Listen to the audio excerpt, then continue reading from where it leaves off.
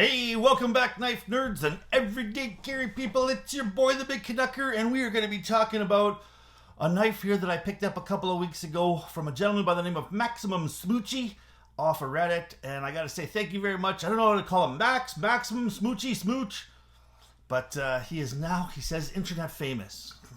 I don't know about that, but I did want to say thank you very much, sir, for selling me this beautiful, beautiful knife. And I also want to say, before we head over to Tabletop, please, if you like what you see here, please don't forget to give me the old thumbs up, as well as subscribe. And don't forget to push that little bell icon too as well, and you'll be notified anytime I upload a new video. And of course, we are talking about, some say, a knife that you use, almost dropped out and cut my bits off. That, if you get this, you're compensating for something, and I have nothing to say about that whatsoever, other than I just wanted a big honking piece of steel, and I ended up getting it. This is the Police 4 in FRN, and I don't know what this blue is called. It kind of matches my nothing, and it's got K390 Steel in it. So let's go have a look at the Tabletop, and we'll go over this big bad bastard. All right. I really like this knife. Right off the bat, I think Spyderco hit a home run with this. And yeah, so she's, like I said, she's a lightweight Police 4 K390. And just to give you an idea of how big this here is perhaps one of my other real big honking knives here. This is the Spyderco K2. And both of these here are actually dwarfing my Delica. And you can see how little that Delica next looks beside there. And even, let's just say, a bigger knife that you're thinking, oh, maybe I'm trying to pull a fast with the Delica. Hey, put the PM2 in there, and you can see how honking big these two knives are. Or this is especially. All right, let's put this aside here, and let's continue on with our little bit of a gab fest about this Spyderco Police 3. All right, technical specs here. Well, they say the Police 3 is the largest member of Spyderco's select family of lightweight knives, featuring K390 micro clean tool steel blade, ideal for extreme cutting challenges. And I have to say, this thing is a cutter. It's got really thin behind the edge. But of course, let's go over the technical specs here a little bit. Now, the overall length is 9.97 inches long, or just a smidge under 10 inches. It's a monster. Close length is 5.64 inches. And you can see that it's, man, oh man, I can't get over how big this is. Especially when I first pulled it out of the box, I was like, oh, the size of the box that it came with. You gotta see this. Oh, goodness. I don't know where I put that. Oh, right here. Here's the size of the box it came in. And I was like, oh my goodness. And it does just barely fit. I was really blown away that this came with such a small box. But gotta give it up to Maximum Smoochy for making the best out of his packaging. All right, blade thickness is 3 millimeters. Now, it doesn't seem that thick. It seemed like it's thinner than 3 mil. I think just basically based on how long this was. This seemed like it was a quite a bit skinnier knife than what it was. The tip is 4 positions, so you've got left, right, and up, down too as well. I know, and that's one thing I really appreciated about this knife, is the fact that you can carry it tip up. I know a lot of the knives that are the larger knives, Spyderco likes to have the clip only clip down, and that's, I think, is to prevent that from kind of opening up a little bit and having some damage. And I hate carrying tip down, so I actually had my friends out at Tabor Machine. They actually machined me in a little bit of a clip this way so I could carry this tip up. You can see here, it's tip down only. There was no little thing there, but they specifically did that for me, and I made it a little bit of a deep carry too as well. So yeah, you can see Spyderco really likes to have that tip down carry on these larger knives, except this one here, and I'm very pleased with it.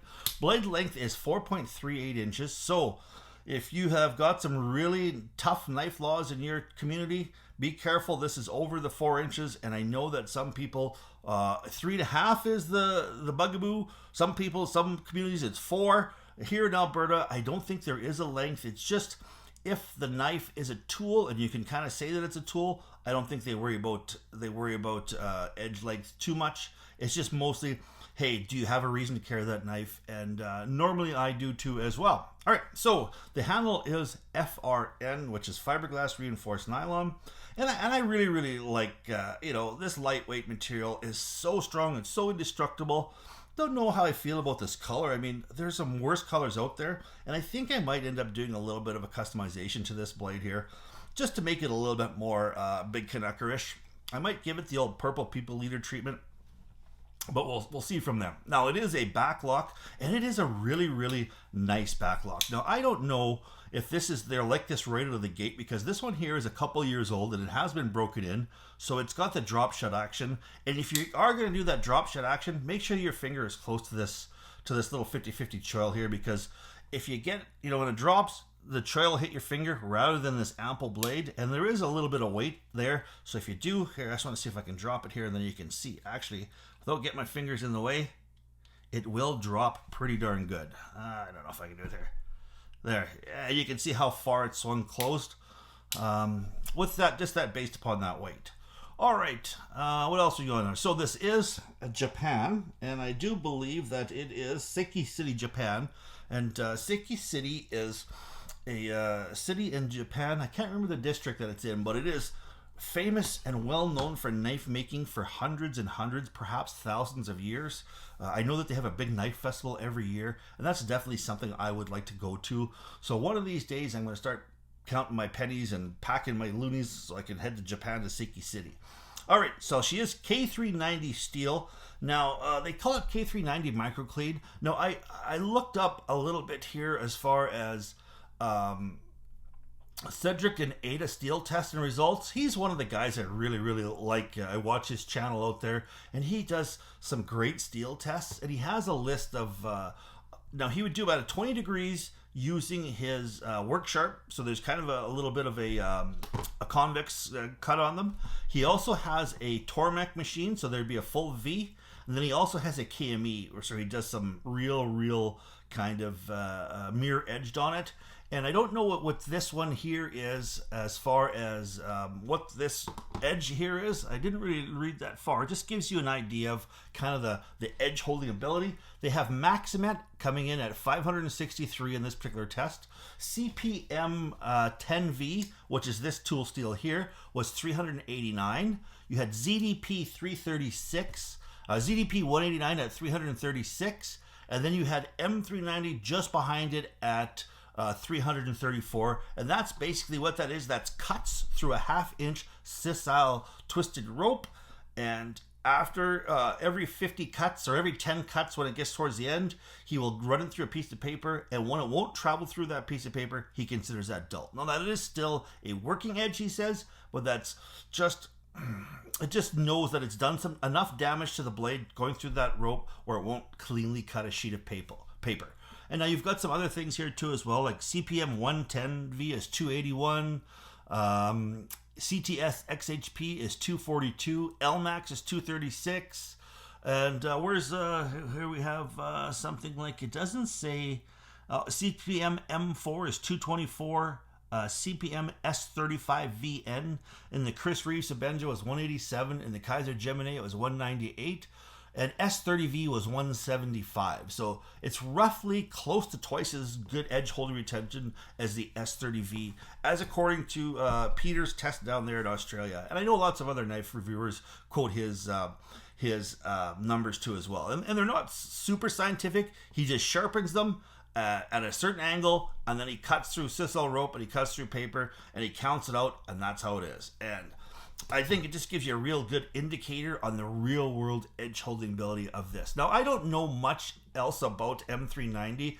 Being a tool steel, I'm going to assume, I think it's probably fairly tough too as well, and fairly shock resistant too as well. It's definitely not stain resistant or stainless steel, as you can see that there is a patina that's developed on this steel here right away. All right, so let's go here. FRM back lock. Now it is a fully flat ground too as well, so you can see there's no shoulders on it, so it is a beautiful slicer. This is a great cardboard slicer for sure, folks. And the really, really surprising thing about this is the fact that it's only 4.2 ounces. And it is... the other thing I have to say about this is for such a really big knife, this carries extremely well.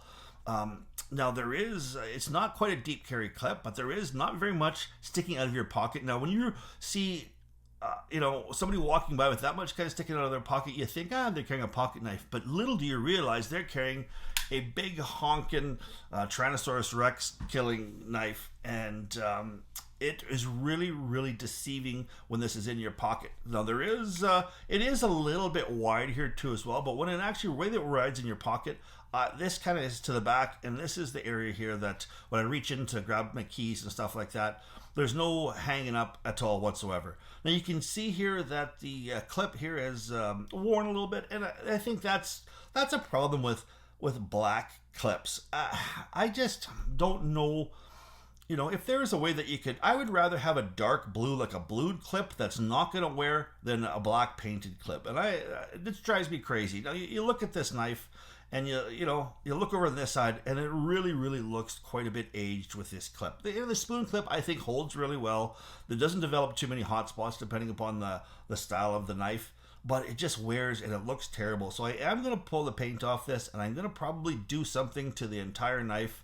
I think I'm going to heat anodize this like I did with my other Purple People Eater, and I'm also going to probably flame anodize these screws too as well. And I think I'm going to dye this too. I think I'm going to try to maybe do a little bit of a two-tone here. I might try to keep this the same, might just paint it up with some nail polish or something like that, and then dye it and then take the nail polish off. But we're going to do something a little bit custom to this just to clean it up. Now the other thing I was wondering about this is, should I perhaps darken this all up here a little bit, or should I give it a little bit of a sand and clean it up? I think I might give it a hand burnish here and just clean it all up with a sandpaper, and then look to do a acid wash, and then perhaps a brass tumble in it to see if I can get that little bit of a look. But I'm going to do something customizing for sure. Now the other thing, let's talk about some other things. The ergonomics on this knife are extremely good. I've got really, really big hands. Now, I can't imagine anybody not being comfortable with this knife. I mean, if you've got smaller hands, you'll hold it back here or even hold it up here. This generous kind of choil here is really, really big as far as, I suppose the only thing that this choil might be a little uncomfortable is if your hands are kind of a little bit too skinny and they just kind of fit in there and you've got this horn kind of pressing it. That's the only way I can think of. But I mean, even if you've got small hands, I think this is going to be an extremely great cutting knife. You have lots of control with this 50-50 choil because it is such a big knife. I'm just a huge fan of this Police 4. Now, I originally bought an Endura to be my work knife. When I was working, I had to break down lots of cardboard and I had to open up lots of packages, and I was really thinking I wanted something with great edge retention, something that wasn't too heavy, and something with a good generous sized blade. And 3.75 inches was really good on that Endura. It was ZDP 189. I like the green. I thought it was fantastic. Had I had one of these with a K390 in my pocket or in my possession, I would not have bought that Endura. I think that this is so much bigger and better than the Endura that I would not take this out of my pocket if I was heading to work. This would be my work knife 100% for sure. It is also surprisingly nice and flicky. I mean, it is, the fidget factor on knives, it's important for some of us knife guys. And this has been broken in so well. A lot of people don't think of backlocks being really that kind of fidgety, but this backlock here with this big blade, really fidgety. I really like this knife quite a bit, and I was really surprised that it found its way into my pocket as much as it did. And I even got myself like a new Sabenza 31. I got myself a Domino, and even when I was trying to put those knives in my pocket to review them, I found myself kind of cheating a little bit and putting this in my pocket. I am so impressed with this and so pleased with this, and I gotta say thank you so much, Mr. Maximum Smoochie. Well, hey, we've come to the end of another long road here in YouTube land, and I gotta say thank you so much, you guys, for sticking with me this long. Now, please stay safe out there. Keep your stick on the ice. This is the shiny Big Canucker. This is the Big Canucker. Saying adios.